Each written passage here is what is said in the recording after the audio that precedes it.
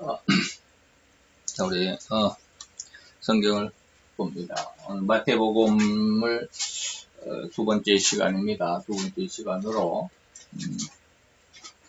우리는 성경을 개역 한글판 예전의 책을 사용합니다. 새로 개역 개정판을 사용하지 않습니다. 그것을 잘 좀 이해를 하시고, 자, 오늘은 마태복음 1장 1절만을 보도록 하겠습니다. 그래서 우리가 지난 시간에 하나님께서 세상을 주관하신다, 다시 말하면 개입하셨다라고 하는 그런 어떤 영적인 내용이 중심이 돼야 된다라고 하는 걸 얘기를 했죠. 그래서 오늘은 1절에서 하나님의 깊은 개입, 인간 세상 속에 개입한다라고 하는 그런 내용, 그런 제목을 가지고 말씀을 시작을 하는데, 우리가 지난 시간에 한 가지 바로 잡고 갈 수 있는 그런 것이 있었으면 좋겠습니다. 지난 시간에 영적인 어떤 내용을 보면서 라미레즈라고 하는 미국에서 세 번째 손가락 안에 드는 사단의 제사장의 내용들을 중심으로 해서 영적인 그런 세상이 있다라고 하는 것을 말씀을 중심으로 해서 말씀을 드렸죠. 우리는 그런 영적인 어떤 내용들을 우리의 눈으로 들여다보지 못하기 때문에 없다라고 부정을 하지만, 이 사람은 직접 그런 어떤 영적인 세상 속에 살아왔던 사람이기 때문에 그의 말이 실제적인 것이다라고 하는 것을 우리가 좀 자각할 필요가 있다. 그 중에 한 가지 의문스러운 점을 우리가 짚고 넘어가자라고 하는 그런 생각을 해봤습니다. 이 라미네즈가 청부를 받은 사건 중에서 같은 아파트의 한 여자가 자기 남편과 불륜관계에 있는 상대 여자를 살해하고자 했던 내용 중에서 우리는 과연 크리스찬이 그런 불륜관계를 가질 수 있느냐, 죄를 지을 수 있느냐, 그럴 수도 있기는 하죠. 예수를 믿는 사람이라고 그래서 죄를 안 짓는 건 아니죠. 좀 좋지 않은 그런 어떤 제목이기는 하지만, 그래서 또 우리는 그런 죄인을 하나님은 보호하시느냐, 그런 여자를 죽이기 위해서 라미네즈가 그렇게 주술을 행하고 한 달이 넘도록 그를 죽이는 저주의 주술을 걸었지만 죽지 않고 오히려 마귀가 나타나서 그는 하나님이 그를 죽이지 못하도록 그 생명을 보호하시고 있기 때문에 그를 죽이기 위한 그런 어떤 저주는 필요 없다, 하지 말라라고 그랬다고 그러죠. 거기에 대해서 이제 우리가 생각을 해볼 수 있기를 바랍니다. 그래서 세 가지를 제가 거기에 지난 시간에 이 말씀을 질문을 받고 한 가지를 대답을 했는데, 일반적인 어떤 그런 대답이었는데 그날 하나님께서 제게 지혜를 주셨어요. 그 대답할 수 있는. 그래서 그 세 가지를 한번 성경에서 찾아보는데, 우리가 잠시 지난 시간 것을 한번 생각을 해보도록 하겠습니다. 자, 그녀가 우리 집을 막 나서려고 하다가 이렇게 말했죠. 그런데 그 여자가 자기 남편의 불륜 상대의 여자를 죽여달라 라고 했을 때 $10,000다. 그런데 당신이 나를 초대하기도 하고 또 친근한 관계이기 때문에 $3,000를 DC를 해서 $7,000를 하자라고 해서 그 여자가 $7,000를 주겠다고 이제 집을 막 나서려는 순간 그 여자가 이렇게 말했죠. 그런데 그 여자가 기독교인이다 라고 했다고 그랬죠. 그랬더니 이 라미네즈가 뭐라고 그랬다고요? 그러면 돈이 필요 없다. $7,000도 필요 없고 내가 공짜로 그 여자를 죽게 할 수 있는 주술을 내가 시행을 하겠다. 그래서 한 달이 지났는데 보통 같으면 3주 21일 정도 21회 정도 주술 마귀의 사단의 그런 어떤 주술을 걸면 그 상대 사람이 저주를 받는, 뭐 병이 걸린다든지, 갑자기 뭐 교통사고를 만난다든지 해서 죽게 되는 그러한 일들이 상당히 있었다고 그러죠. 그래서 그러한 쪽으로 명성이 있었던 사람인데, 한 달이 넘도록 이 여자에 대한 주술이 효과가 없어서 고민하고 또 다른 영들, 그 주위에 있는 영들을 다 불러다가 그 주술을 2배나 증가시켰다고 그랬죠. 예. 그리고 나서 그래도 안 되는 상황 속에서 이제 고민하고 있을 때 악마가 나타나서 이렇게 말했다 그랬죠. 내가 죽이려고 하는 그 여자에 대한 계획을 취소해야 되겠다. 악마가 말했습니다. 네, 그러니까, 이 라메네이즈가 뭐라고 해서, 그게 무슨 소리냐? 내 이름 명성이 있는데, 내 명판, 내 이름에 명성에 먹칠을 당하게 됐는데, 죽여야 되겠다라고 그러니까, 악마가 다시 말했다 그랬죠. 악마가 말했습니다. 네가 이해를 못하고 있다. 그녀가 섬기는 하나님이 그녀를 건드리지 말라고 했다. 마치 이런 말을 들으면 욥의 그 고난 속에 있는 그 욥기서가 생각이 나죠.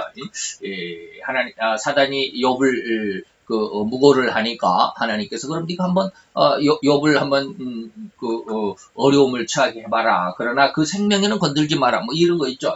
또 건드리지 말아라. 그런데 다시 한번 계속해서 죽이겠다고 그러니까 마귀가 다시 말하는 거죠. 안 된다. 그녀가 섬긴 하나님이 있다. 가만 내둬라 라고 했다고 하는 이런 내용 속에서 우리는 과연 하나님은 성도들의 죄를 두둔해 주시느냐.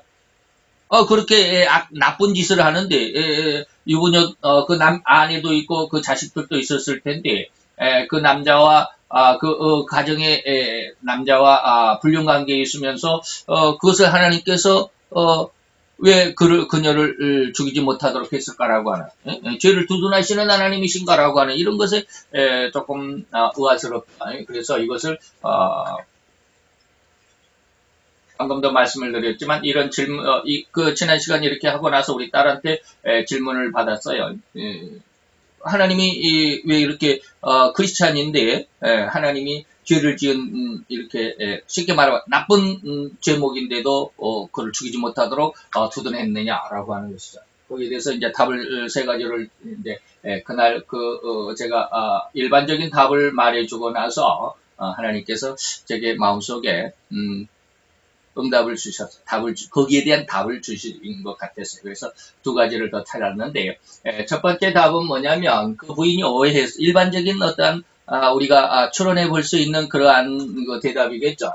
하나님께서 크리스찬 여자를 죽이지 못하도록 마귀의 주소를 가로막고 있었던 것은 단지 부인이 오해했을 수도 있다라고 하는 말. 이것을 이제 우리 딸한테 제가 대답을 해줬는데 이건 그냥 일반적인 그런 대답이죠. 그랬을 수도 있을 것이다. 다시 말하면 그 여자가 자기 남편과 그냥 만나고 있는 장면을 훈련으로 오해했을 수도 있다라고 하는 거. 뭐 그랬을 가능성도 있죠. 추측을 해볼 수 있다. 이게 이제 첫 번째 대답이겠고, 두 번째는 뭐냐면 심판하는 것. 다시 말하면 하나님을 여기서 안 믿는 사람도 역시 마찬가지지만 안 믿는 사람들은 놔두고서라도 특별히 성도들, 믿는 사람들에 대한 심판은 오로지 하나님께만 있다라고 하는 사실을 우리는 명백하게 성경을 통해서 성경을 공부하면서 명백하게 이걸 철칙으로 가지고 있어야 합니다. 심판은 오직 여호와 하나님께만 있다라고 하는 사실이죠.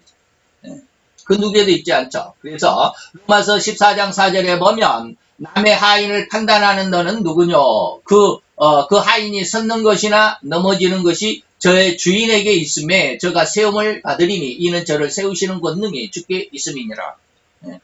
하나님께서 모든 것을 주장. 하나님의 아들, 하나님의 딸들, 하나님의 성도들, 안 믿는 사람들은 다 이 하나님의 은혜 안에 있지만 그들은 이제 안 믿는 불신 세계 속에서는 그대로 놔두더라도 이 하나님을 믿는 믿음 안에서의 하나님의 자녀들, 하나님의 성도들, 그리고 하나님의 종들이 성공하고 아니면 아직은 저주하시지는 않으시지만 우리는 이것을 훈련이라는 말로 합니다. 아직은 네가 성장하기 전에 쉽게 말하면 세상에서 성공하기 전에 성공하기 위해서 네가 모든 것을 아직 준비해야 된다. 훈련받아야 된다. 연습해야 된다. 이런 과정으로 생각해 볼 수 있다. 이것이 하나님의 주권 안에 있다라고 하는 것입니다. 그래서 그 종에 섰는 것이나 넘어지는 것.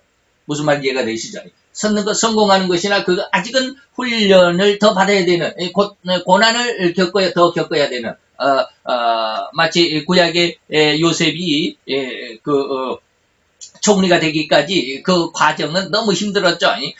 형제들에게 비난을 받아가지고 인신매매를 당하고 인신매매를 당해서 가서 종으로 이제 팔려가는데 군대 장관 보디발의 집에 하인으로 이렇게 노예로 팔려갔다가 거기에서 또 노예로서의 생활을 잘 하다 보니까 그 집의 집사로 그러다가 또 그 보디발 아내의 그 관계로 인해서 죄인의 몸으로 또 감옥에 갇히기도 하고 이런 일들까지 그래서 뭐 감옥에서 뭐 어떤 일들이 있죠. 그러니까 거기까지 종리로 세워지기까지 과정이 많은 어려움 훈련이다 이 말이죠. 고난을 겪어야 되는 이것이 바로 하나님의 주권 안에 있다라고 하는 것이죠.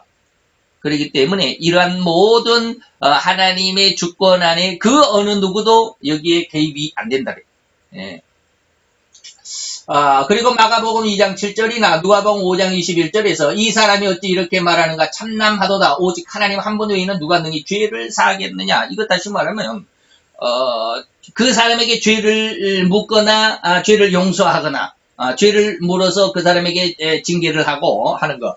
그 다음에 그 사람 무죄라고 할 수 있는 것. 이 모든 죄에 대한 그 판단은 하나님께만 있다. 그러니까 크리스찬 여자가 잘못을 했어도 그 잘못한 불륜이나 하는 그런 죄에 대한 판단도 하나님이 하신다. 사단이 어떻게 해서는 안 된다라고 하는 것이죠. 크리스찬 여자에 대한 판단은 하나님께서 하시지 그들의 주술로 인해서 또 그들의 악한 그 마귀의 어떤 그 계계에 의해서 그 여자를 해할 수는 없다. 하나님께서 하신다라고 하는 것이죠. 그 다음에 세 번째입니다. 세 번째는 모든 피조물들은 오직 하나님의 주관하심에 준행할 준행자다. 네. 이 모든 피조물, 거기에 사단도 피조물이죠. 그리고 하나님의 통치 아래 있어야만 한다라고 하는 것입니다. 하나님의 주관 안에 있어야 된다. 야고보서 4장 11절 12절인데 형제들아 피차에 비방하지 말라. 형제를 비방하는 자나 형제를 판단하는 자는 곧 율법을 비방하고 율법을 판단하는 것이라. 내가 만일 율법을 판단하면 율법의 준행자가 아니고 재판자다. 라미네즈가 그 사단의 제사장으로서 미국에서 세 손가락 안에 드는 그런 아주 강력한 사단의 제사장으로서 만약에 하나님을 믿는 성도에 대한 어떤 저주거리 그것이 그대로 실행이 돼버리면 지가 재판자가 돼버리잖아요. 물론 그 안에서 뭡니까? 라미네즈가 고백하기를 하나님 예수 그리스도의 그 피의 공로, 그 피의 공로로 확실하게 붙잡혀 있지 않는 크리스찬들, 좀 시체 말하면 시더분한 그런 크리스찬들은 그가 공격할 수도 있고 파괴할 수도 있다라는 말이 분명히 있었습니다. 우리가 지난 시간에 배울 때. 그러나 그런 거는 빼놓고 정말로 하나님의 은혜 가운데 있으면서도 죄를 지을 수도 있죠. 이거 우리는 예수를 믿는 사람들은 전혀 죄와 상관이 없다라고 이렇게 오해를 할 수도 있는데 그럴 수는 없어요. 뭐 이런 것까지 다 지금 따지는 것이 아니라 어쨌든지 12절에 보면 입법자와 재판자는 오직 하나이시니 능히 구원하시기도 하시고 멸하기도 하시느니라. 너는 누구간데 이것을 판단하느냐. 무슨 말인지 이해가 되시죠? 그래서 라미네즈의 그런 어떤 악한 저주의 어떤 주술들 이런 어떤 의미들을 잘 이해하실 수 있기를 바랍니다. 그러면 이제 오늘 마태복음을 이제 본문을 정식적으로 시작을 할 텐데 오늘 1절만 할 것입니다. 1절 안에서 우리는 뭡니까? 인간 세상 속에 하나님이 깊이 개입해 있다라고 하는 사실을 우리가 전 시간에 어떤 영적인 세계 속에서 이 세상이 움직여 간다. 인간 단독적으로 절대로 세상을 살아가지 않는다라고 하는 말씀을 드리면서 그래서 그런 어떤 의미 속에서 그런 내용 속에서 그런 어떤 중심을 가지고 마태복음을 이제 해석해 갈 것이다라는 말씀을 드렸죠. 그 중에서 이제 우리는 오늘 1절만 한번 생각을 해보도록 하겠습니다. 왜 이렇게 1절 한 절만 하느냐면 앞에 지금까지 말한 라미네즈의 그런 어떤 답을 조금 시간을 할애했기 때문에 그렇죠.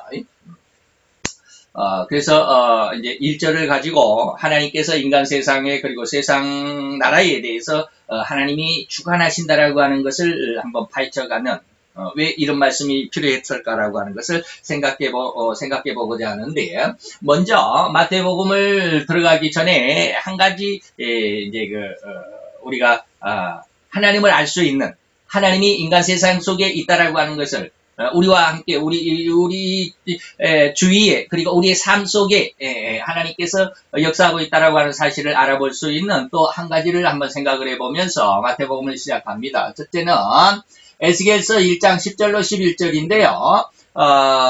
거기에 보니까 에스겔이 환상 중에서 여호와 하나님을 봅니다. 근데 하나님을 보는 그 환상 속에서 하나님을 늘 수행하는 수행원들이 있었습니다. 그 수행원들이 이제 그룹 천사들입니다. 그룹 천사들인데 그 그룹 천사들의 그 형상, 외형, 그 모양, 눈에 보이는 대로 그들을 이제 설명한 내용이 에스겔서 1장 10절로 11절인데 보니까 그 하나님을 수행한 천사들의 얼굴들의 모양은 내세 앞에 뭐라 그러냐면 이게 내세 앞 이렇게 말하면 뭘까? 그 동서남북이죠. 동서남북 앞뒤 좌우 이렇게죠. 그래서 이제 그 네 방면의 앞쪽은 이 말이 앞쪽은 사람의 얼굴을 한 천사들이고요.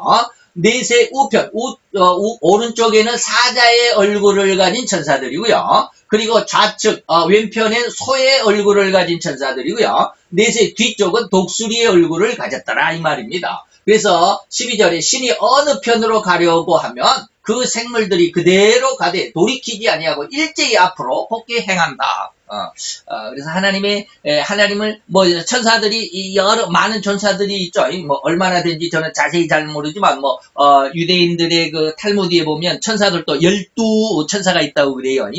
무슨 엘, 막 그런데 그 중에 그 미가엘도 있고, 가브리엘도 있고, 루시퍼도 있고, 루시퍼는 이제 사단이 됐지만, 이런 있다고 그래요. 근데 저는 그런 거는 다 알지는 못하고요. 어쨌든지, 많은 천사들 중에서, 특별히 하나님을 수행하는, 하나님과 함께하는, 꼭 수레바퀴와 같은, 그런 어떤 천사들의 모습을 하고 있었는데, 첫째는 사람의 얼굴, 둘째는 사자의 얼굴, 세 번째는 소의 얼굴, 네 번째는 독수리의 얼굴을 가진, 이러한 생물들이 항상 하나님을 보자고 하나님을 수행하더라라고, 그 모습을 에스겔이 보고, 지금 에스겔서를 시작하면서 이렇게 기록해 놓아놨습니다.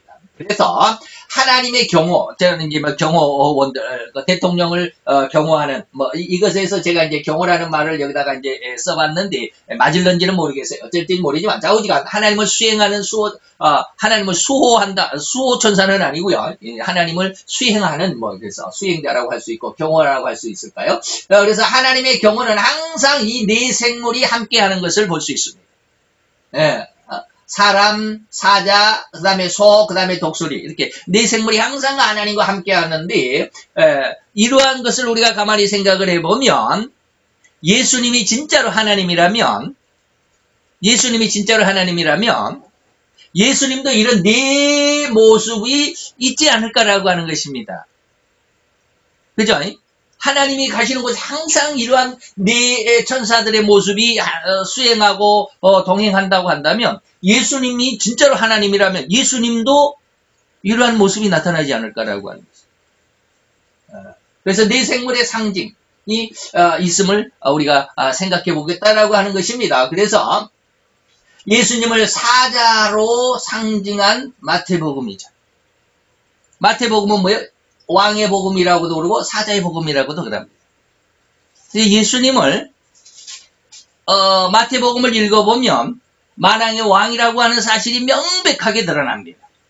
그 다음에 예수님을 마가복음을 읽어보면 예수님은 정신없이 아침에 일어나 눈을 뜨자마자 저녁에 눈을 잠자리에 들어가는 순간까지 계속 일만 하는 모습으로 나타나 있습니다. 그래서 16장까지밖에 없는 짧은 성경 안에서 예수님은 계속 세상 속에서 하나님의 백성들을 치유하시고 그들을 다스리시고 그들을 가르치시고 그들을 인도하시는 이런 어떤 일하는 소같이 그냥 계속 일만 하는 그래서 이름을 종의 복음이라고 그럽니다. 그다음에 세 번째로 이제 누가복음인데 예수님을 인자 사람으로 이제 사람이 얼굴이 있었죠. 예. 그래서 인자로 상징을 해서 누가복음은 그래서 인자는 사람은 뭐예요? 지혜가 있죠. 그래서 지혜의 복음이라고 그럽니다. 그 다음에 네 번째로는 마지막으로 예수님을 하나님의 아들로 상징하는 요한복음이 있습니다. 그래서 이 요한복음 독수리복음 또는 신령한 복음이라고 그럽니다.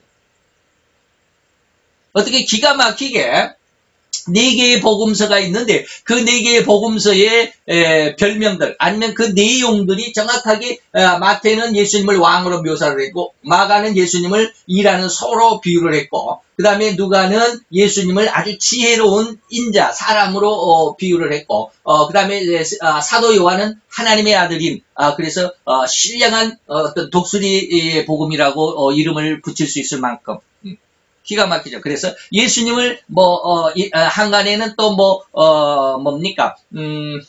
위경이나 하는 위경 성경 외에 다른 어떤 또 성경 바깥에 외적으로는 어떤 그 성경이 있다라고 해가지고 위경, 외경 막 그러죠. 그 속에 보면 베드로 복음도 있고 도마 복음도 있고 또 유다 복음도 있고 막 그렇다고 그러는데 그런 것을 아주 인간들이 그 종교 회의를 통해서 그런 것들은 이제 성경적인 가치가 조금 떨어진다 해가지고 제외시키고 이상하리만큼 이 네 개를 가지고 복음서를 만들어 놓고 보니까 이 모든 것이 이렇게 하나님을 예수님을 상징하는데 때로 마태는 왕으로 마가는 소로 그다음에 누가는 사람으로 그리고 요한은 예수님을 독수리로 표현할 수 있을 정도. 기가 막히죠. 이 모든 것들이 이렇게 결정되는 것은 사람들이 알아서 결정하는 것이 아니고 미리 그렇게 알고 지혜가 있어서 이렇게 하는 것이 아니고 하나님께서 인간들 속에 인간의 생각과 인간의 지혜와 인간의 어떤 마음과 인간의 어떤 감정 속에 다 역사하시고 개입하셔서 사람들에게 그렇게 생각하게 하시고 그것을 결정하게 하시고 판단하게 하셨던 이런 것이라고 하는 것을 우리가 생각해 보면 참 하나님께서 세상을 그리고 인간을 세상 나라와 그리고 인간 나라를 깊이 주관하시고 개입하신다. 결코 이 하나님의 어떤 그 손아귀에서 벗어나지 않는구나라고 하는 것을 우리 알 수 있지 않겠냐라고 하는 것입니다. 그래서 예수님이 하나님이라는 사실을 복음서를 잘 한번 복음서 왜 예수님을 기록하는데 예수님을 세상에 드러내고 표현하는데 네 개의 복음이 꼭 필요했을까? 그리고 그 네 개의 복음은 이런 어떤 의미가 있구나. 그러면 예수님이 하나님이라는 사실을 좀 인정할 수 있는 그렇겠구나. 그런 어떤 의미가 있다라고 하는 것을 이해할 수가 있을 것입니다. 그래서 그 중에 이제 우리는 마태복음인데 마태복음 왕의 복음입니다. 곧 사자의 복음이라고도 하죠. 그래서 예수님을 뭐라고 그래? 만왕의 왕이다. 그래서 마태복음을 잘 읽어보면 예수님이 만왕의 왕이라는 사실이 명백하게 드러나고 그 다음에 모든 주 중에 주님이시다. 만주의 주시라고 하는 것이 명백하게 드러나 있는 그러한 복음서다라고 말할 수 있겠죠. 그래서 바로 마태복음 안에는 반드시 예수님이 왕이라고 하는 사실을 밝혀내야만 합니다. 왕으로서 세상을 주관하시는 우리 인간을 섭리하시고 인간을 보호하시고 인간을 지켜주시는 그런 왕의 모습으로 아니면은 또 그런 어떤 하나님이 인간을 이렇게 이끌어 가시고 지키시고 보호하신다라고 하는 하나님과 인간의 긴밀한 하나님께서 모든 것을 책임져 주시고 이끌어 가시는 아버지 같은 부모 같은 그런 모습으로 기록이 되어 있다라고 하는 사실을 발견해낼 수 있어야 됩니다. 그냥 말씀 속에 그냥 성경 어떤 한 부분을 읽고 거기에 대해서 은혜를 받고자 은혜스러운 어떤 말을 찾아내기보다는 그 속에서 예수님의 왕이라고 하는 사실, 하나님이 아버지와 같은 모습으로 자녀들을 끌어가시는 그런 어떤, 그래서 하나님이 인간 세상 속에 개입해 있다라고 하는 그런 사실을 발견해낼 수 있는 이것이 성경을 오늘 마태복음을 들여다보는 가장 정확한 적합한 그런 들여다보는 해석이라고 할 수 있지 않겠나라고 하는 것입니다. 그래서 예수님이 왕이라고 하는 사실, 그리고 하나님과의 인간 나라와의 연관성, 성도와의 그런 어떤 영적인 의미를 밝혀낼 수 있는 모습으로 이 마태복음을 한번 생각을 해볼 수 있도록 할 것입니다. 그래서 1절인데 1절에는 이렇게 기록이 되어 있습니다. 아브라함과 다윗의 자손 예수 그리스도의 세계다라고 그러죠. 근데 첫 번째는 이제 아브라함, 두 번째는 이제 다윗, 그 다음에 예수 그리스도, 그 다음에 이제 세계라는 말로 이렇게 네 부분을 짤막하게 말씀을 드릴 텐데, 아브라함이라고 했을 때, 아브라함의 자손 예수 그리스도의 세계다. 하나님이 아브라함을 선택했다라고 하는 것입니다. 어떻게 보면 또 아브라함의 후손으로 예수님께서, 하나님께서 세상에 모습을 나타내시겠다라고 하는 그런 내용이죠. 그래서 우리가 지난 시간에 말씀드리는 창세기 15장 17절도 있는데 6절에 보면 뭐라고 그랬냐면 아브라함이 여호와를 믿으니 여호와께서 이를 그 의로 여기셨다라고 그럽니다. 우리가 창세기 지난 시간에는 15장 17절을 말씀드렸죠. 이러한 일이 있고 하나님께서 아브라함을 의로 여기시고 이제 계약을 맺습니다. 그 계약을 맺는데 소를 잡아서 반으로 그리고 염소와 양을 잡아서 반으로 쪼개놓고 그 다음에 또 비둘기를 잡아서 또 쪼개지 않고 놔두고 계약을 계약을 맺으려고 하다가 하나님이 늦게야 나타났죠. 그리고 저녁 때, 석양 때, 해가 거의 질 무렵에 이제 뉘엿뉘엿 이제 어두워져 갈 때 하나님께서 타는 햇불로 그 고기 사이를 지나가셨다라는 말씀을 우리가 지난 시간에 들었습니다. 그게 이제 17절인데 6절에서는 뭐냐면 하나님이 여호와를 믿었다. 무엇을 믿었을까? 그 앞절에 보면 하나님께서 아직은 아들도 없잖아요. 아들도 없어요. 그렇다고 해서 지금 하갈에 의해서 또 이스마엘이라고 하는 아들이 그 아들도 없어요. 아직은 하갈을 첩으로 맞아들이기 이전 사건이거든요. 오히려 아브라함에게 있었던 이때 상황, 이 창세기 15장 6절의 상황은 그 종만 있습니다. 그 종 엘리에셀이라고 하는 종이 따라다녔죠. 몸종이죠. 그 엘리에셀이 나중에 이삭, 자기 이제 아들 이삭을 낳고 이삭이 장가갈 때쯤 돼가지고 이삭의 아내 리브가를 이제 쉽게 말하면 쉽게 말하면 아브라함의 며느리를 구하려고 누구를 보내냐면 그 엘리에셀을 보내줘요. 그때 이제 그 엘리에셀입니다. 이때 당시엔 엘리에셀만 있습니다. 그래서 하나님께서 아브라함을 불러가지고 하늘의 별을 보고 야, 네 이 자손이 저렇게 하늘의 별과 같이 많아질 거야 라고 15장이 그렇게 이야기를 합니다. 그랬더니 아브라함이 아이고 나는 아직 아들도 없는데요 뭐 내 가업을 그리고 내 전 가문을 그리고 내 전 재산을 물려받을 자는 내 종 엘리에셀 뿐이지 않습니까? 라고 이야기를 하면서 나타나는 게 이제 이겁니다. 6절에. 그래서 그럼에도 불구하고 그 엘리에셀이 아니라 네 몸에서 내가 약속한 이 하늘의 별과 같이 많은 자손을 내가 네 몸에서 나게 해줄게 라고 하는 그런 약속의 말씀을 합니다. 그때 그것을 뭐였다? 믿었다라는 거예요. 기가 막힌 사실입니다. 이 당시에 아브라함은 지금 어쨌다고요? 아직 하갈을 첩으로 맞아들이기도 전이라고 그랬습니다. 그렇기 때문에 자녀에 대한 소망이 전혀 없는 때입니다. 그 안에 살아와는 오랜 시간을 살았지만 아들커녕은 딸도 없잖아요. 전혀가 자녀가 없었습니다. 그러니까 자기는 이제 쉽게 말하면 자녀가 없을 팔자다라고 이렇게 생각했을 수도 있는 그런 상황입니다. 나중에 뭐 히브리서나 그리고 로마서에 가보면 뭐라고 그럽니까? 그 태가 다쳐서 죽었음에도 로마서에는 그 안에 사라의 몸이 죽었음에도 불구하고 태가 죽었다. 아기를 낳을 수 없다. 경수가 끊어졌다. 그런 상황임에도 아들이 네 몸에서 날 거야. 그러니까 그것을 믿었다라고 합니다. 엄청난 믿음이거든요. 저는 이 믿음이 잘 안 되더라고요.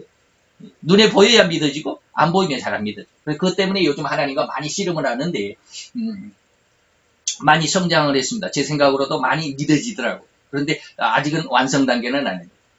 굉장히 믿음이라고 하는 게 어마어마하더라고요. 그래서 여호와께서 아브라함이 여호와의 그 약속을 주니까 아브라함이 그것을 믿어버렸다. 그렇기 때문에 그를 의로 여기시다. 이제 의. 아브라함은 믿음의 조상이라고 그러죠. 믿음의 조상이기도 하지만 여기 뭐예요? 의로움이에요. 나중에 이제 그 말씀이 나올는지 모르지만 그 다음에 창세기 22장에 넘어가 보면 15장에 이제 이런 일이 있었죠. 그리고 22장에 가보면 드디어 아브라함에게 아들이 생겼습니다. 그 아들이 뭐예요? 이삭입니다. 그리고 22장에 가보면 그 이삭이 16살쯤 되었을 때입니다. 소년의 나이였을 때. 아직은 장정이 아닐 때. 그러니까 장정이 아니니까 약 15살쯤, 15살이나 16살, 그 사이에 있을, 그때가 창세기 22장입니다. 그리고 나서 뭐라 그러냐면, 그때 그 아들이 이제, 아직은 이제 청년이 되기 전에, 그러니까 16살이 막 되기 전에, 15살, 의 마지막쯤 될 때, 이 말이죠. 예? 하나님의 천사가 나타나가지고, 아니죠. 하나님께서 아브라함에게 그러죠. 네 이 아들 독자 이삭을 내게 제물로 바쳐라 그러잖아요. 그러니까 아브라함이 네, 그렇게 하겠습니다라고, 자, 15장에서는 전혀, 뭐라 그럴까요? 소망도 기대도 할 수 없었던 자기 몸에서 아들이 낳는데 그 애지중지하게 100세 때 그 아들을 낳았는데 그 아들이 15살쯤 됐을 때 하나님께서 그 아들을 잡아서 제물로 바쳐라. 근데 거기에 아브라함이 순종을 했단 말이에요. 그리고 모리아산, 지금 이제 이따가 이제 사진으로도 많이 보여드리겠지만 지금의 성전산입니다. 지금 이슬람 사원, 돔 사원이 세워져 있는 바로 그 자리입니다. 바로 거기까지 3일 길을 갔다 그랬어요. 오늘날 같아서 뭐 차 타고 가면 동 금방이겠죠. 몇 시간이면 가겠지만. 왜냐하면 걸어가야 되잖아요. 그러니까 3일 길을 가가지고 그 바위 위에다가 제단을 만들어 놓고 지금 그 아들 독자 아들을 묶어서 제단에 제물로 올려놓고 이제 그 아들을 죽여서 각을 떠서 이제 제물로 바쳐야 되는 바로 이제 그 아들을 죽이려고 하는 그 순간에 이 말이에요. 그 순간에 하나님의 천사가 나타나서 12절에 보니까 사자가 가라사대 그 아이에게 내 손을 대지 말라 아무 일도 그에게 하지 말라 내가 내 아들 내 독자라도 내게 아끼지 아니하였으므로 내가 이제야 너의 하나님 내가 하나님을 경외하는 줄을 알았노라. 여기서는 뭐라 15장에서는 뭐예요? 의로움으로 인정을 했습니다. 근데 아직도 22장에 가보니까 인제사야 비로소 네가 하나님을 믿고 두려워하고 하나님을 섬기는 줄 이제 알았다.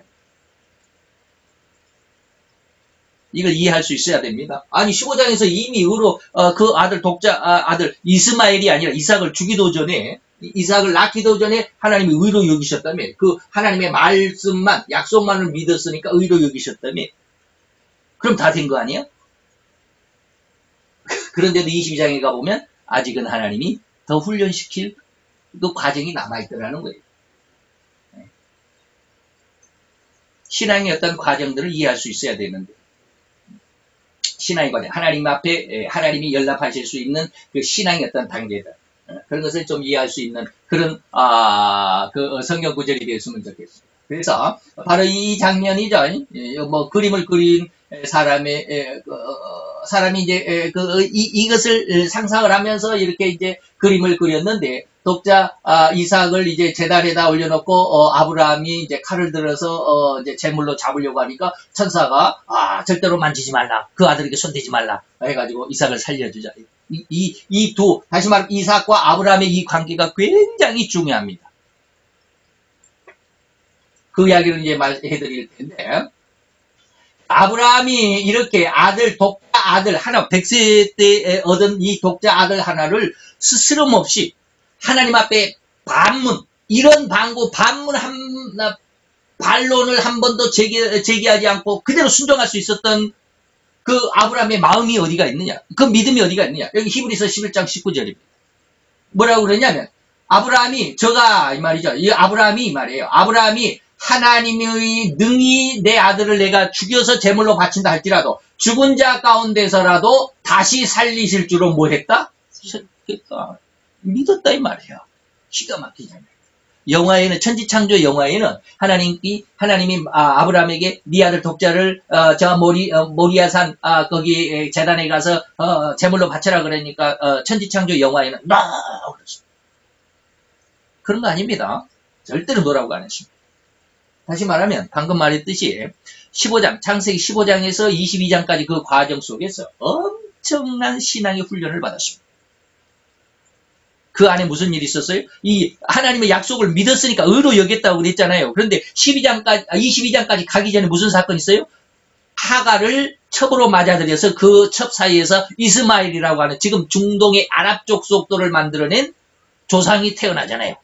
이스마엘이라고 하는. 하나님을 믿었음에도 불구하고 엉뚱한 생각으로 하나님의 뜻을 이루려고 하는. 그것으로 인해서 오늘날 이 세상이 이렇게 시끄러워. 기가 막히죠. 그리고 나서 그 위에 또 13년 후에 드디어 이삭을 주잖아요. 이스마엘이 13살 때 이스마엘이 돌잔치를 했어요. 12살 형이잖아요. 이런 일들이 있어요. 그리고 훈련에 그러면서 그 이스마엘을 하나님이 내 하늘의 별과 같이 네 자손이 많게 해주겠다라고 해가지고 이스마엘을 낳는데 그 이스마엘을 낳고 12년 후에 이삭을 낳고 이삭이 이제 1년 후에 돌이 되니까 이스마엘은 13살이 되고 그때 이 트러블이 있었잖아요. 이삭의 돌잔치를 하는데 이스마엘이 막 조롱을 하잖아요. 이 조그만 게 막 그랬나 봐요. 이것을 이삭의 어머니 리브가가 봤잖아요. 리브가인가? 하갈이, 이제 사례죠. 큰일 날 뻔했네. 아브라함의 아내 사레가 자기 아들 이삭을 조롱하는 이스마엘을 보고는 너무 화가 나가지고 그의 몸종인 하갈, 다시 말하면 아브라함에게 처벌을 줬죠. 하갈과 그 아들 이스마엘을 쫓아내보자잖아요. 아브라함이 엄청 고민을 했어요. 마음속에 엄청 고민. 하나님이 나타나가지고 고민하지 마라. 마음이 힘들어하지 마라. 네 아내가 원하는 대로 내보내라. 그랬잖아요.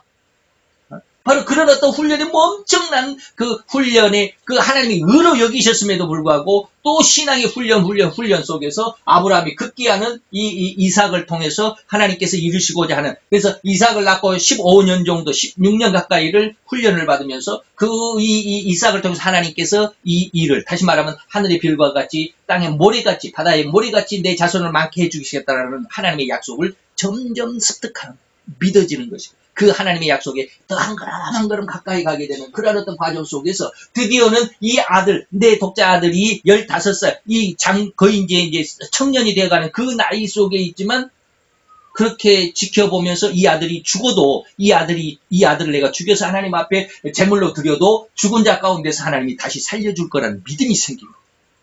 이게 진짜 믿음이거든요. 그래서 비유컨대 이 이삭은 뭐예요? 죽은 자 가운데서 도로받은 것이다.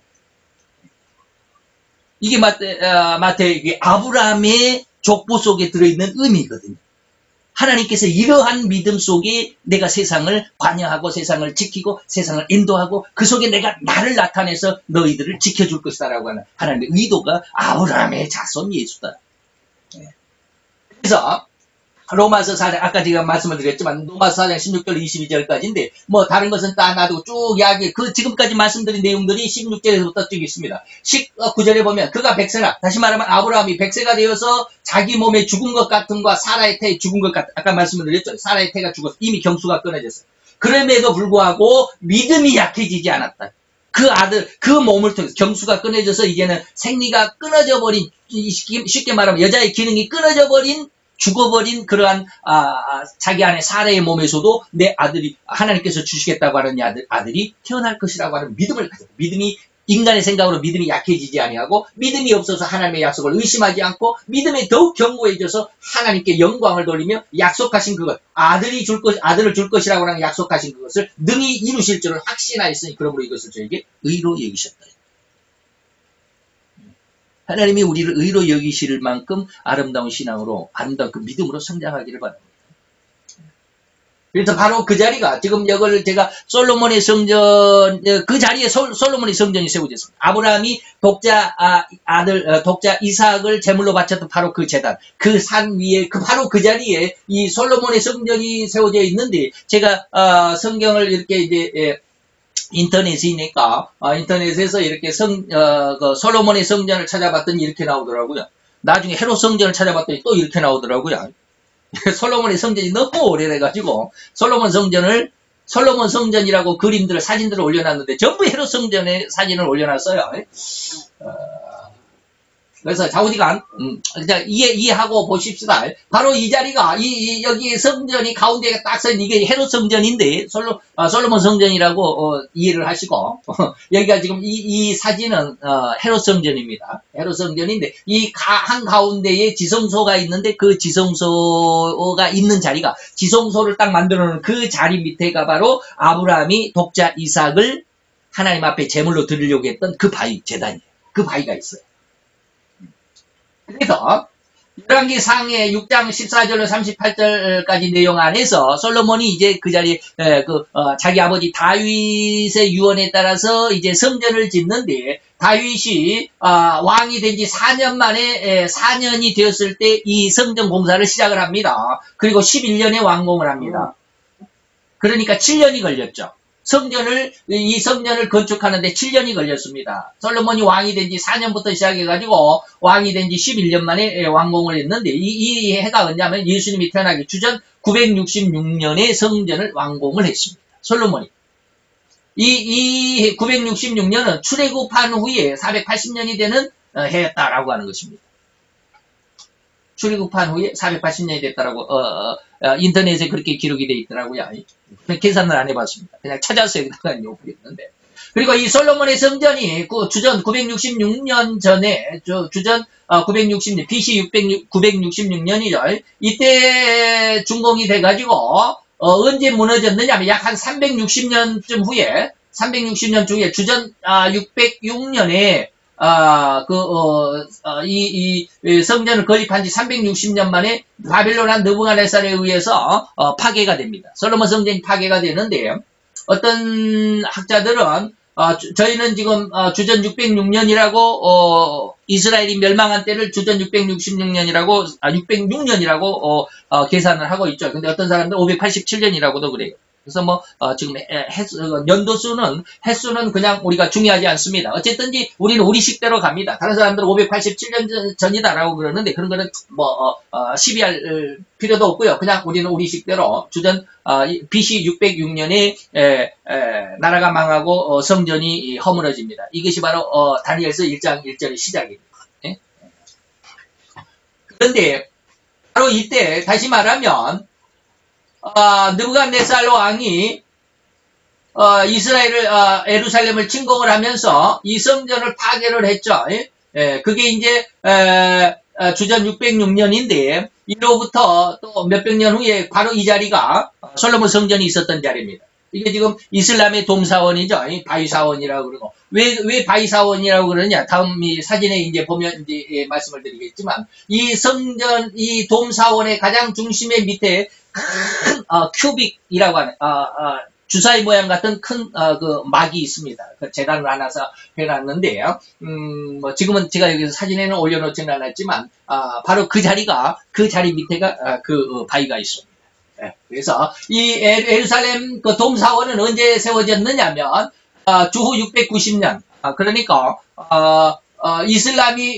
이슬람 세력의 우마이야라고 하는 왕조의 아브드 알 말리크라고 하는 사람 왕조 때에 이 돔사원을 건립을 했습니다. 주전 690년 BC 690년에 그러니까 나라가 망하고 약 한 84년쯤 후에 이스라엘이 망하고 84년쯤 후에 이 솔로몬 성전이 허물어져 가지고 폐허된 그 자리에 약 한 90년쯤 후에 이 돔사원을 이슬람이 이 예루살렘을 정복해 가지고 여기에다가 이 돔사원을 세웠습니다. 그래서 중앙에는 아브라함이 아들 이삭을 바칠 때 사용했던 바위가 있기 때문에 여기 그래서 바위사원이라 돔사원이라 바위사원, 돔사원. 이게 이 모양이 돔의 모양이기 때문에 돔사원이라고 그러고 원래 이름은 바위사원입니다. 바위가 이 안에 있습니다. 그래서 이슬람은 이 바위에서 그들의 선지자 마호메트가 승천했다라고 생각을 합니다. 그렇기 때문에 여기가 있는데 이것을 내부를 이렇게 딱 쪼개보니까 이 안에 이 가장 이 중심 자리에 여기가 바로 아브라함이 이 아들 이삭을 제물로 바치려고 했던 그 바위가 여기 있습니다. 근데 이 바위에서 공교롭게도 이슬람의 선지자 마호메트가 말을 타고 하늘로 승천했다고 그런 어떤 전설을 가지고 이슬람도 이 자리를 굉장히 중요시하는 제2성지가 됩니다. 그렇기 때문에 이러한 내용들이 바로 아브라함을 통해서 아브라함의 어떤 그 족보 속에서 있죠. 그래서 우리는 이 아브라함이 그러면 왜 예수님의 족보의 근원이 되는가라고 하는 것이죠. 하나님의 약속을 믿은 믿음의 조상이 되는 것이고 또 하나는 아까 제가 이제 아브라함과 그 아들이 굉장히 중요하다라는 말씀을 드렸는데 아브라함의 성품 중에서 하나님이 그 아브라함을 그렇게 사랑할 수밖에 없었던 이유 중에 하나가 뭐냐면 아들까지 아끼지 않고 희생 제물로 바친 믿음이 그런 거 있었죠. 아까 창세기 22장 12절인가요? 거기에 그랬죠.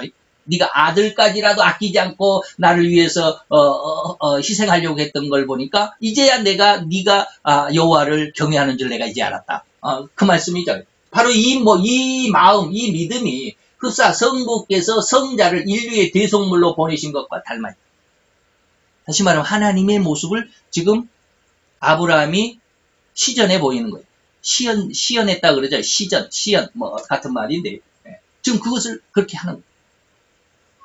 그러니까 하나님의 그 아들을 독생자 예수를 보내신 그 아버지의 그 사랑의 마음, 그걸 왜 아들이 미워서가 아니라 온 인류를 위해서 아들까지도 희생하려고 했던 바로 그것이 오늘 아브라함이 그 아들 독자 이삭이라도 아끼지 않고 하나님 앞에 헌신하고 희생해서 드리려고 했던 그 마음이 흡사 성부 하나님의 마음을 닮았고, 그 다음에 그 아들을 보면 아브라함의 가문이 복의 근원이 된 것은 그 아들 이삭이 목숨으로 아버지께 순종을 했어요. 자, 100세 때 이삭을 낳습니다. 그리고 이삭이 15살이나 16살쯤 됩니다. 그러면 아브라함은 이제 115세나 116세쯤 됩니다. 완전히 늙은 할아버지입니다. 힘이 없다 이 말이죠. 힘이 없어요. 그러면 15세나 16세 된 건장한 이제 뭐 청년은 아니지만 청년이 때가 됐죠. 그 힘이 있단 말이죠. 그 힘이 있는 아들이 아버지 왜 이러세요라고 이렇게 손으로 밀치고 도망갈 수도 있는 그런 상황이에요.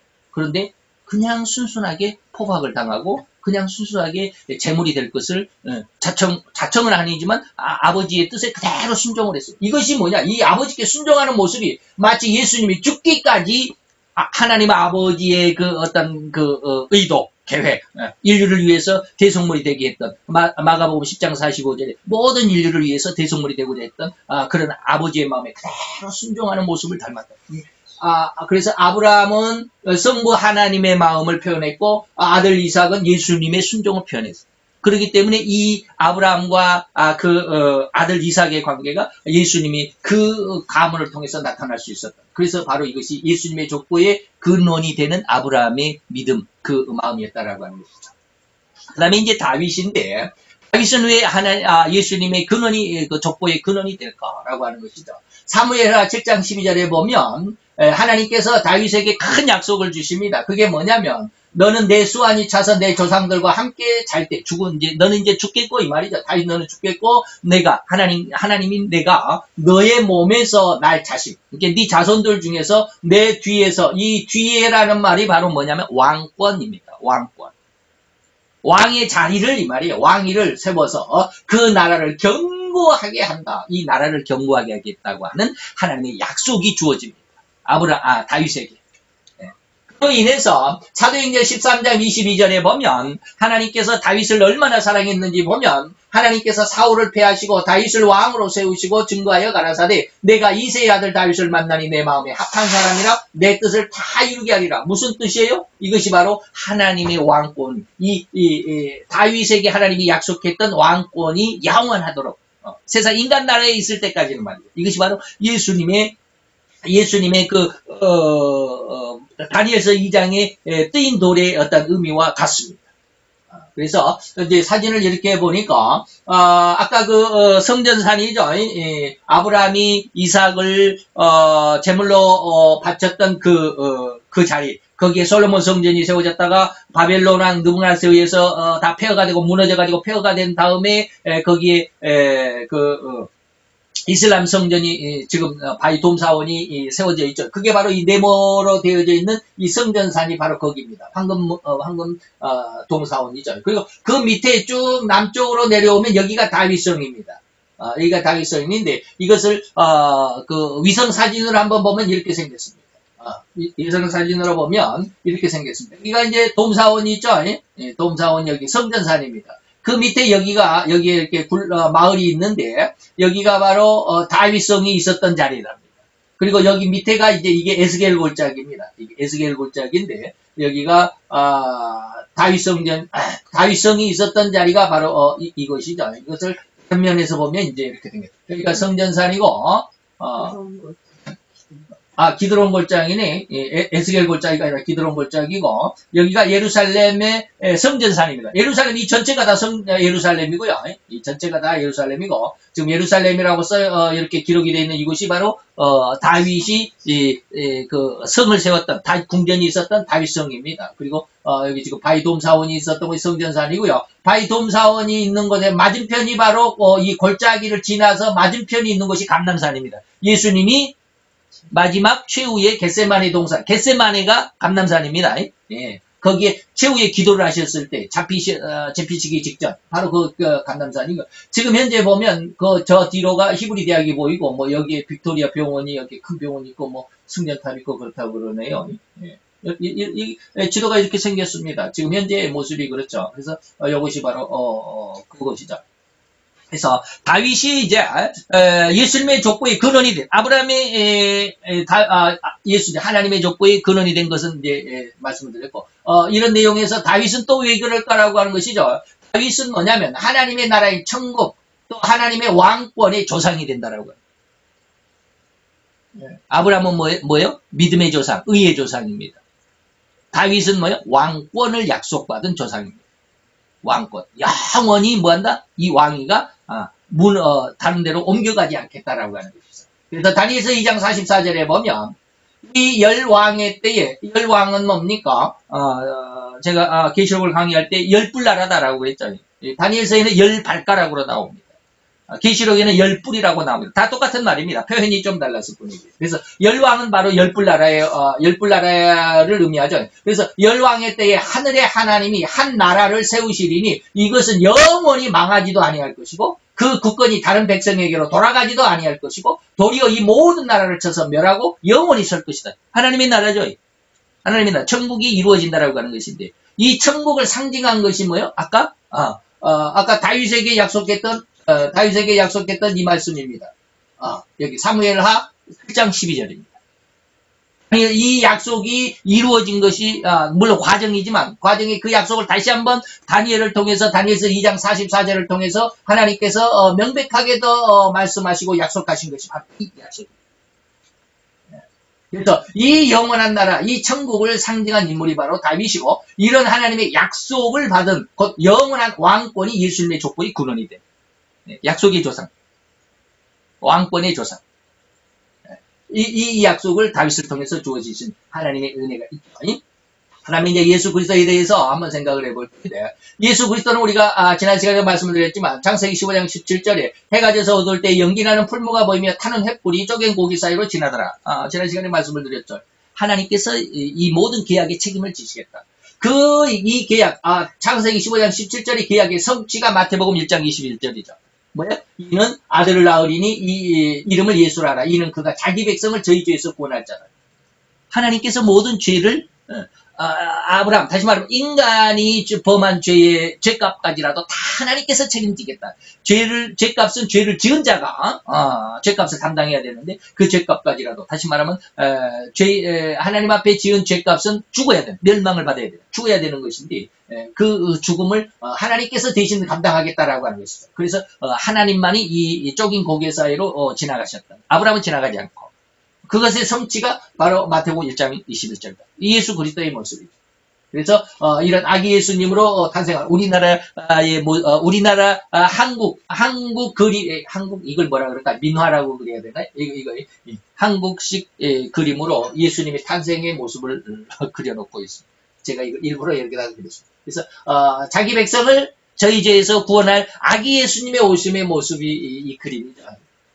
그리고 예수님께서는 뭡니까? 아기 예수로 오셔가지고 뭐 했어요? 하나님이 그 쪼갠 고기 사이로 횃불로 지나가신 것을 직접 이제 그대로 실행하시는 인간의 죄값까지 담당하시는 것이 뭐냐면 로마서 5장 8절입니다. 그래서 우리가 아직 죄인 되었을 때 그리스도께서 우리를 위하여 죽으심으로 죄값을 담당하시겠다. 하나님이. 그래서 하나님께서 우리에 대한 자기의 사랑을 확증하셨느니라라고 예수님의 십자가의 사건이 바로 창세기 15장 17절의 내용을 그대로 하나님께서 이제 그대로 실행하시는. 그래서 인간의 모든 모습 안에서 하나님이 모든 것을 책임져 주시겠다라고 해요. 하나님이 깊이 개입하셔서 인간의 모든 죄까지라도 인간이 하나님의 뜻 안에서 영적인 성도로 완전한 모습으로 성장해 가야 되는데 모든 과정 중에서 이런저런 모든 시험들이 있을 때 하나님께서 그 모든 것을 책임져 주시겠다라고 하는 그런 어떤 의도인데요. 제가 이것을 이 PPT를 작성을 하면서 느낀 게 그것입니다. 물론 이렇게 예전에도 좀 느낌을 받았지만 이것을 정확하게 결론을 못 짓고 있었는데 하나님께서 인간을 만드셨을 때 인간을 창세기 2장에서처럼 2장 18절입니까? 처럼 그냥 한 번에 딱 만드시지 않고 흙을 빚어서 포에 생기를 불러넣어서 생명이 됐다. 하나님은 그렇게 인간을 만드시지 않았다라고 하는 것을 느낌을 받았어요. 다시 말하면 하나님께서 인간을 만들 때 심혈을 기울여서 애지중지하게 만드셨는지 단지 흙으로 생기를 불어넣어서 흙으로 만든 인간이 아니라 그 속에 하나님의 피를 거기다가 그 인간에게 하나님의 피를 거기다가 덧붙이고 하나님의 그 능력을 덧붙이고 그래야 완성이 되는 인간, 그래야 진짜 인간이 되는 거죠. 하나님이 그러한 것을 계획하지 않으셨을까라고 하는 그런 느낌을 강하게 받았어요. 야, 하나님이 인간을, 제가 예전에도 이런 말씀을 한 서너 차례 했지만, 인간을 그냥 하나님께서 그냥 흙을 이렇게 쭉쭉 빚어가지고 생기를 불어서 생명으로 만든 그 자체로 인간을 만드신 것이 아니라 그 인간을 만들어가지고 거기에다가 하나님 자기의 피를 직접 거기에다가 주입을 하고, 예수 그리스도의 십자가의 피죠. 거기다가 또 하나님의 진정한 하나님의 능력까지 덧입혀 주시고, 이게 성령의 세례죠. 그래야 완성이 되는 모습.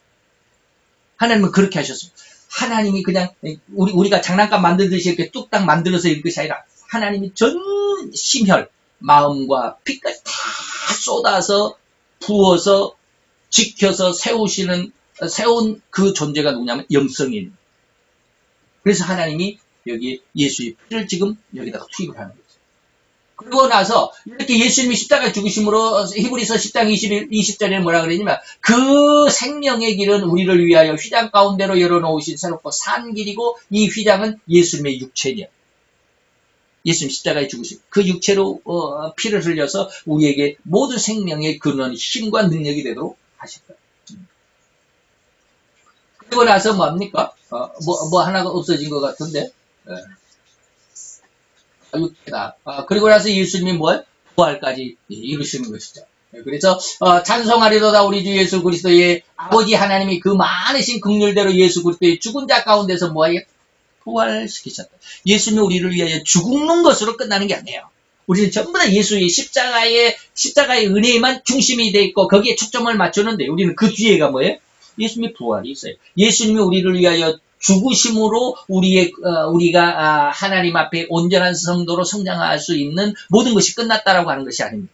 시작이 물론 창세기 2장이 시작이고 거기에 예수님의 피를 더하고 거기에 성령의 능력을 더하고 그런 모습인데 이것이 바로 성령의 능력의 첫 시작이죠.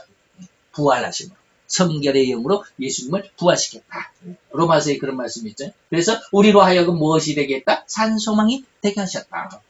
이런 것이 뭡니까? 예수 그리스도가 세상에 오신, 예수 그리스도가 우리를 위해서 세상에 아기 예수로 태어나고 우리를 위해서 십자가에 죽으시고 그 피를 뿌려서 우리에게 생명을 주시고 그리고 그 성령의 능력에 의해서 다시 부활하시고 이 모든 것이 우리가 이 정말 진짜 인간의 모습이 하나님이 원하시는 내 모양과 형상의 모습으로 진짜로 하나님께서 원하시는 인간의 모습이 이때서야 비로소 완성이 되는 것이다.